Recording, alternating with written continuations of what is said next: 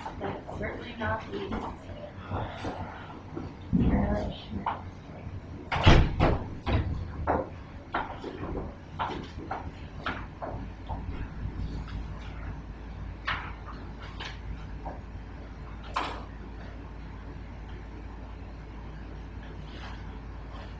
Hi everyone, I'm Scarlett Schmidt, and most of you in this room know me, and if you don't, I'm the girl that you're going to want to shut up in about 15 minutes.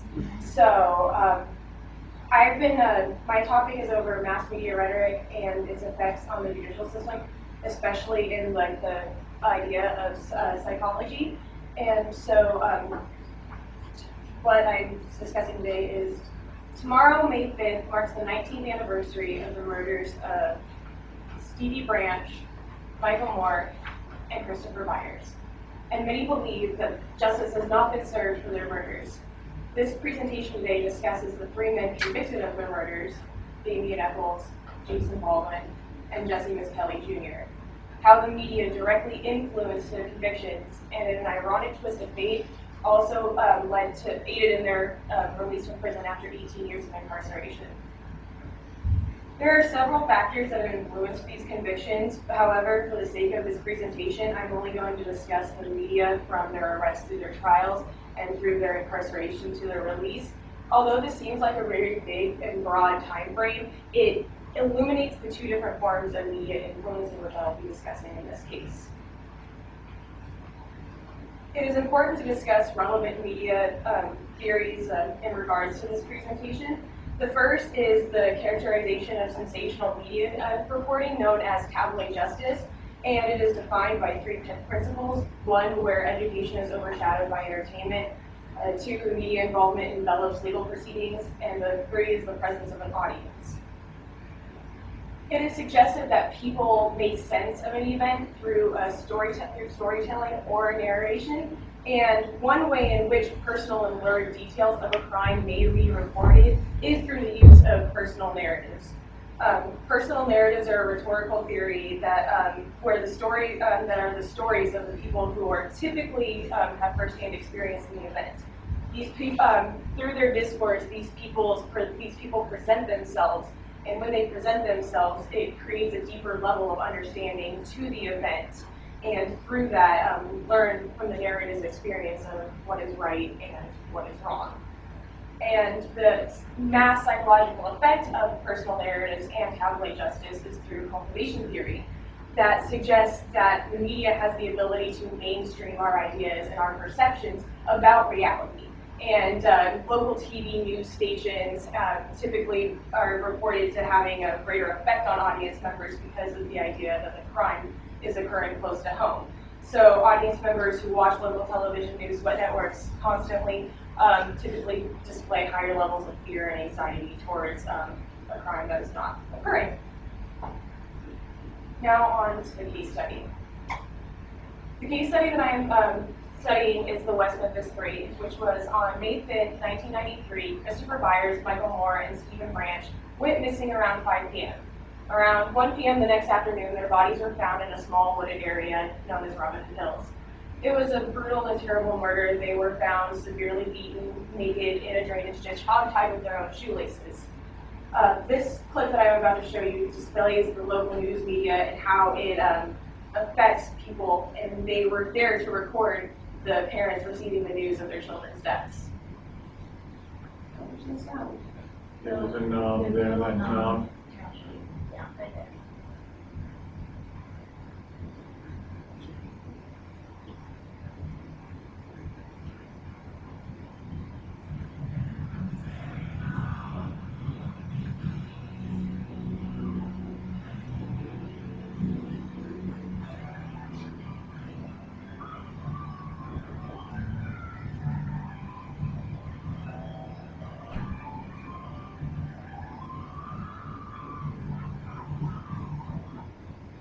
This was a news report that was publicized the day that the children's bodies were found, and as you can see through this clip, that the media captured the high emotions that would typically be associated with a parent experiencing the death of a child.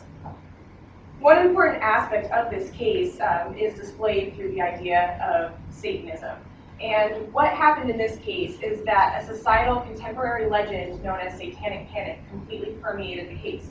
And what that is in the late 80s and early 1990s, the society believed that any teenager that wore black and listened to heavy metal music was just plain out working as the volition of Satan and out to kill everybody around them, when in reality, it's not really so. What also may be important in here is the sociocultural aspect of the background of West Memphis, Arkansas. Journalist Maura Lever described this community fear of Satanism by saying that a belief in the possession by demons was common. It was an extension of the general Southern view that the devil was very real and that the devil had great power and is violently at work in the world. This belief of Satanism and its workings within society led detectives to focus their efforts on Satanism. Lead investigator Gary Gitchell, the day after the bodies were found, put out a bulletin to all the local precincts in which he asked people if they had any information about Satanism to contact him. And this is where juvenile probation officer Jerry Driver gave him the name of Damien Eccles. Damien Eccles became the main suspect automatically. It was due to his black sheep-like appearance. He wore all black, which he considered his vampire look. He listened to heavy metal bands like Aleister Crowley and Stephen King and that kind of stuff.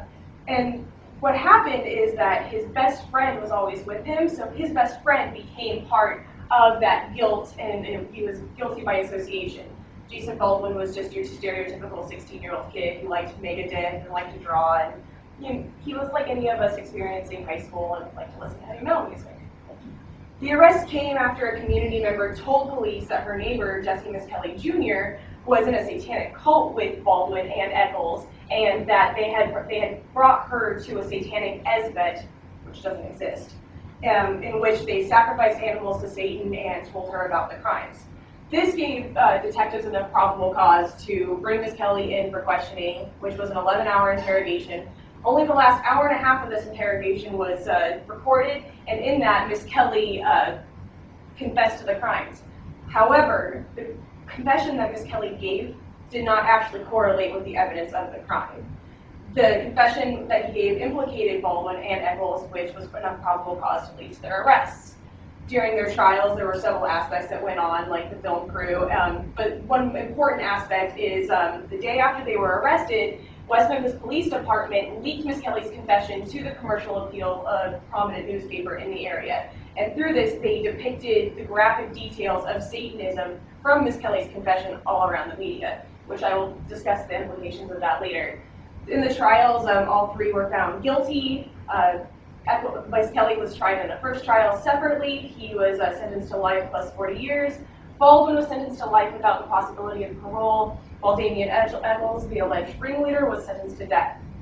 However, after their convictions, post-conviction advocacy began to turn through a series of events that funded new evidence, and on August 19, 2011, they were released from prison on an Alford plea after 18 years of incarceration.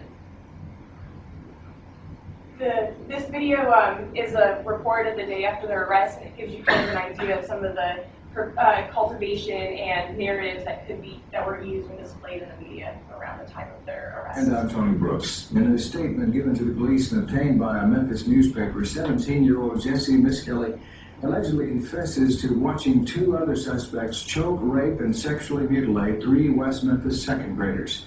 Jenna Newton reports. According to the published report, Miss Kelly told police he watched 18-year-old Damien Eccles and 16-year-old Jason Baldwin brutalize the children with a club and a knife. The report says Miss Kelly told police Eccles and Baldwin raped one of the boys and sexually mutilated another as part of a cult ritual. Miss Kelly is quoted as saying he did not take part in the rape and mutilation, but that he helped subdue one victim who tried to escape. At a press conference, Inspector Gary Gitchell said the case against the accused teens is very strong. Lynn? It appears satanic worship may have played a role in the murders. Since the very beginning of the investigation, people all around West Memphis have come forward with stories of satanic cults. Part of these allegations were reflected in the use of personal narratives. The narrative that you're about to see right here is Pamela Hobbs, the mother of one of the victims, Stevie Branch, and I'll discuss the implications of this personal narrative later. Pam, first of all, what are you holding in your hand? In my hand, it's Stevie's Boy Scout. I got it like yesterday. And I've been wearing it around my head like this. Did he like scouting? Oh, he loved it. He loved it. Yeah. He loved it. You blame yourself for this? I have. I have been on a guilt trip about it, but it wasn't my fault. I was at work. Have you contemplated joining Stevie before your natural? Yeah. Have you thought about suicide? Have I? Suicide? I felt like dying, but not suicide. No, not suicide. Do you feel that the people that did this were worshiping Satan? Yes, I do.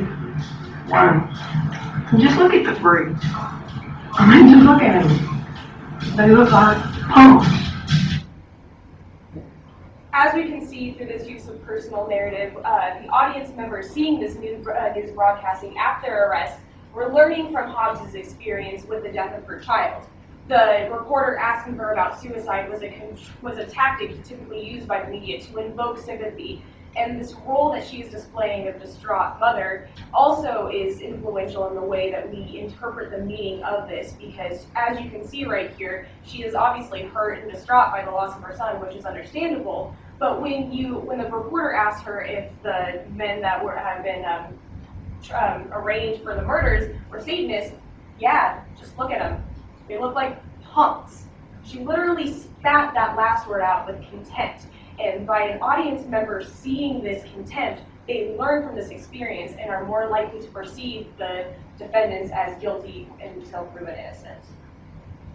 The next video will show cultivation theory and how this can be reflected through this use. Describe for me what the press coverage was like. It was anything you would see today dealing with a major celebrity. I mean, look at the Michael Jackson coverage. That's the kind of coverage we were getting. And that sort of coverage was at the time of the murders, but also continuing through the trials? Yes. Reporters have written thousands of stories about these two trials. On KAIT alone, our viewers have seen more than 130 stories about the three defendants. The attorneys will be looking for jurors who can put aside the things they've heard in the media and make a decision based on the facts as they are presented in the trial. This case poses a difficult balancing act. On one side, the defendant's right to a fair trial. The other side, the public's right to know. This video discussed that the local KAIT news station in the 9 months between their arrests and their trials showed 130 stories about the defendants. Obviously, if you refer back to Weitzer and Krugerman, which I discussed in the theories section, the local television news has the ability to have a greater effect on an audience member than national news stations do because they are so close to home. And when you pair the personal narratives along with the consistent stories along with those narratives, the media is more likely to perceive the negative thoughts of the defendants instead of looking at several different aspects of the case, such as facts, alibis, or evidence. What is important to understand from their arrest to their trial are the flaws and effects of the media. But the Miss Kelly confession was the most poignant issue in this case. Jason Baldwin, one of the men convicted of these crimes, one of the West Memphis Three, an email interview I conducted with him, said that it was the confession that justified in everyone's mind that the real killers were in custody and would ultimately pay the ultimate price for the murders of Christopher, Stevie, and Michael. This gave the public unfair perceptions of the defendants, and what ended up happening is the jury foreman for the Eccles and Baldwin trial ended up hearing the information of this confession. The previous video that I stated earlier up here discussed the concern over juror bias and having a non-contaminated jury pool, but evidence found later in the case suggests that Ken Arnold, the jury foreman for the Eccles and Baldwin trial, actually knew about the confession before being called to jury duty, lied to prosecutors, defense attorneys, and the judge, got on the jury, and was elected as foreman. And Ms. Kelly's confession was not allowed to be used in the Eccles and Baldwin trial as fact due to Ms. Kelly's not testifying against them. However, notes from jurors that were discovered in 2005 had Ms. Kelly's confession written on the deliberations list, which shows that there is a direct correlation between the media's influence in the confession and how it displayed in the trials with jury foreman Kent Arnold. The psychological and effects of the public with this confession is that it had an overzealous public that was concrete on making sure that justice was served. Damien Eccles was even quoted as saying that if the public could come and lynch me, they would. This gave them biased representation in the court where they were typically stereotyped and typecasted to that idea of Satanism. And these ideas only perpetuated the contemporary societal fear of satanic panic. However, despite there being increasing negative influence in the media, after their convictions, the media circumvented itself and turned itself around to influence the case in a positive light. And during the trials, the HBO film crew was filming this, and in 1996, they released the product of that, which is the documentary known as Paradise Lost. Director Joe Berlinder described that they didn't have any narration or anything behind it. They wanted to tell the story and have it be perceived as a jury member would. And this film was actually met to very surprising reviews.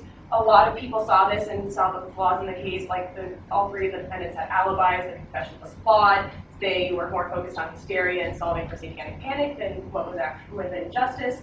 And this led three Californians, Kathy Bakken, Grove Pashley, and Burke Sauls, to create an education-based website on the case known as WM3.org. This case this website is completely different from the original media set out in the trials because it focused on education and created a forum for people to discuss the case openly and create their own opinions about it. I saw the movie, I got an advanced screener because I work for an advertising agency. We saw the film together, Kathy and I, and we immediately saw it. Oh gosh, Bert would probably like this. Actually not like it, but he called us up and says, these guys are innocent. We start contacting the lawyers because you just want to know more. And we're shocked to find out that nothing was getting done. They were just languishing there. It was horrible. And so we were like, what can we do? We're working in the entertainment industry. We can design things. And then you say, well, what can you do with that? Like, we can make a website. Eccles has his backers. A website is now online to raise money for the three men convicted of killing the West Memphis 8-year-olds. We're not experts ourselves, but we've hired experts to look into the case for us because there was just so much doubt. What is described in the use of the WM3.org website is that positive media can be achieved in the use in the judicial proceedings when it is focused on education. As when you refer back to tabloid justice, one of the main characteristics was that entertainment is typically overshadows the education of a case, which is the initial intent of the press to bring to the public. However, we can see that the media before from the arrest to the trials was more focused on the sensationalized aspects, whereas the new and emerging forms of media through the website and the documentaries were focused on education. This created people to sit down and critically think about the case and reevaluate it, and in that, they created their own perceptions and their own assumptions about the case based off of fact and evidence rather than personal narratives and media depictions. However, one of the most prominent reactions to the WM3.org website is the use of celebrity support and advocacy for these three individuals. Mara Leverett, a journalist who I discussed earlier, wrote a 2011 article about the celebrity support in this case, and she described that the celebrities have the ability to create substantial awareness to a cause which they believe in. Thrall backs this up by saying that they not only can create awareness, they can also create millions of dollars in revenue for this case, which will be explained after this video. Justice was served has loomed in this case since the verdicts. The HBO documentary Paradise Lost gave the case worldwide attention. Since the film's thousands are questioning the convictions. 16 years ago, I believe I saw the documentary Paradise Lost. It was on HBO. I got involved in the case thinking that there was maybe some way I could make a difference. Is there something about the way Damien Echols was treated as a teenager that you can relate to? I can remember being kind of looked upon Yeah, as that's a freak or, different because I didn't dress like everybody else, so I can empathize with being judged by how you look as opposed to who you are. As you can see, Johnny Depp was a very big supporter for them. The clip that you just saw was from a 48-hour mystery special that he did with host Aaron McGrady.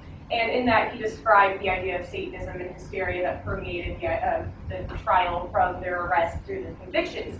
However, Depp is a fairly new celebrity advocate to the case. One of the original celebrity advocates is Pearl Jam's lead singer Eddie Vedder. He's created millions of dollars in revenue for this case, throwing benefit concerts, and even considers Damien Echols to be a close friend of his. And upon their release in April 2011, he sat with Damien Echols' wife Lori as they entered in their Alford pleas. Other celebrity supporters are wide: Jack Black, Will Ferrell, Natalie Maines is a significant one, Winona Ryder, and even punk rock artist Henry Rollins has stood behind the West Memphis Three, and in a non-conformist fashion has stuck it to the man by saying that these three men are innocent. What the case of the West Memphis Three illustrates is this kind of paradoxical idea of media in the judicial process. On the one hand, you're concerning yourself with the media being unfair and biasing potential juror pools. On the other hand, you're wondering if the media can be beneficial to them. But what it all comes down to is evaluating what is positive media and what is negative media. And positive media reflects education on the case, where negative media typically reflects entertainment.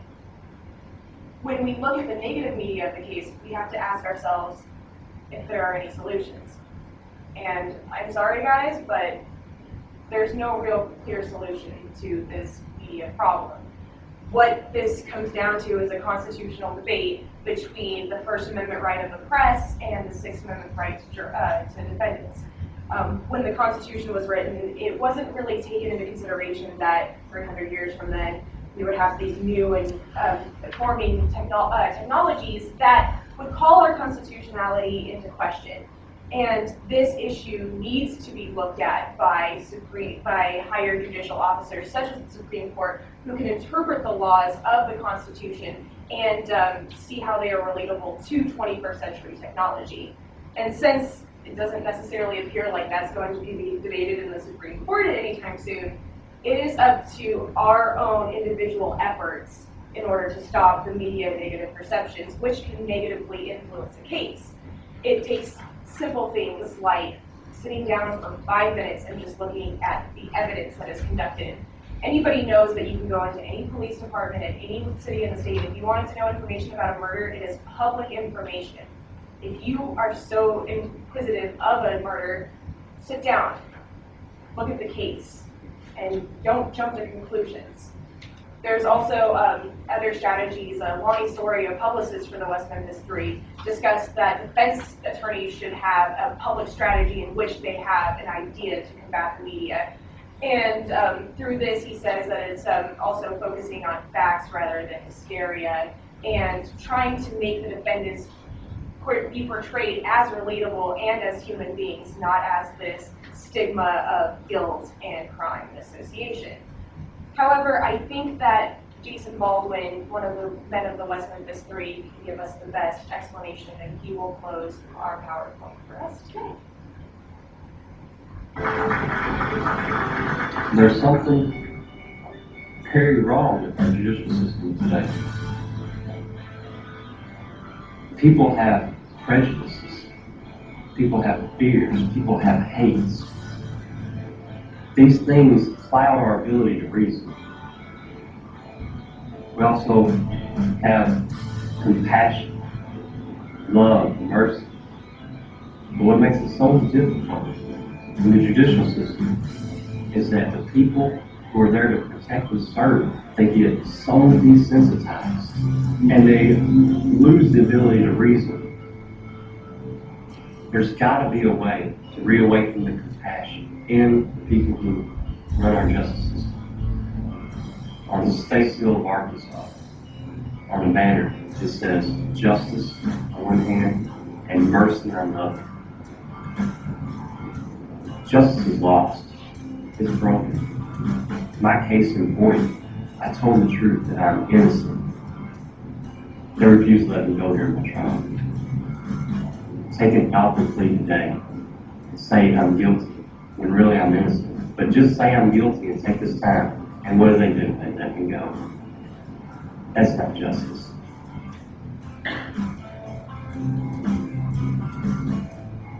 It's up to us as a people to change it. It starts with all of us. We've got to make the decision to take each person on their merit and not just lump everybody into something that we hate, mistrust, don't know about. These are the very principles our country is built upon, but it's so hard to practice. Hang on to that. Grab it. It's ours. We need it. It's what keeps us going, keeps us alive. It's what prevents things like what's going on with me, Amy, and Jesse happening. Just keep going close, keep praying, just keep moving. I am now open for questions and comments and concerns. I actually saw this documentary, the HBO documentary, when I was like a teenager. And There's 3 of them now. oh, okay. The one I saw was on HBO, and I got like 5 or 10 minutes into it, and I had to turn it off. Partially because I was like 13 or 14 when I was watching it. It was like late at night, and it was about child murders, or children murdering other children. But it was a really disturbing documentary. I mean, would you say that the documentary is sympathetic? Because I mean, the first 5 minutes that I saw that I can remember from all those years ago, it seems pretty sensationalist to me. Well, the first documentary, it may be portrayed as sensational because the crime in itself is sensational. I mean, you have 3 8-year-olds who are brutally murdered on a ditch bank, found naked, and there's, evidence that, there could be sexual mutilation. There's evidence that, they're brutally beaten, but there's no blood at the crime scene. The crime in itself was a sensational crime. But what Joe Berlinger and Bruce Zanoski were trying to portray in the first film was they weren't trying to give an opinion on guilt or innocence. They were simply just video recording every aspect of the trial, compiling it into one movie, and allowing the audience to determine guilt or innocence for themselves. And there's a Carson Daly interview in which Berlinger describes that. However, the second and third documentaries are more advocacy pieces, whereas the second documentary, Paradise Lost to Revelations, discusses things like the WM3.org website, where you have Bakken, Pashley, and Sauls, creating this coalition in an effort to release these 3 men. And that discusses a little bit more on like the media presumptions, because the West Memphis Three supporters were considered a part of Damien's cult and a lot of other different things. But the third one was more of a combination of both, and just it's a recapitulation of everything that was going on. And while they were filming the third one is when the Alford plea took place, and they were released from prison after 18 years. Yes. I just want to know how the parents feel today about the 3. As of right now, the parent, out of the 6 parents that of the victims, John Mark Byers, stepfather of Christopher Byers, and Pamela Hobbs, who you saw a video of there, are strongly in support of the West Memphis Three, and actually have, there's a couple of clips of John Mark Byers saying that the Alford plea was a cop-out and that the state of Arkansas was wrong in this. The Moores, on the other hand, they don't discuss anything about it. They say that that justice was served, they want to leave it over. And the more kind of controversial aspect of the parental thing is Terry Hobbs, Pamela Hobbs' ex-husband. When DNA testing was conducted in 2005, it was actually found that it was his hair found on one of the literatures of the boys. However, through various political moves by the state of Arkansas, his DNA cannot be used as evidence of guilt or further for the exonerations of the West Memphis Three, because it can be him or 1.5% of the population, and that is not coherent enough evidence to bring into court.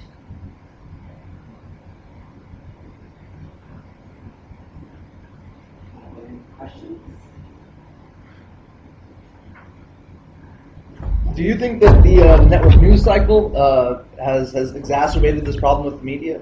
When I think of like Nancy Grace, I think of complete sensationalism. And actually, when I first started researching this project, I wasn't just researching what case of the West Memphis Three. I initially had set out to investigate things like the O.J. Simpson trial and Casey Anthony, because my mom was very, very concerned with the Casey Anthony trial. It was all day, every day, like, oh my God, this lady is so guilty. Like, I do not understand how she is getting away with this. And my mom would like incessantly discuss this.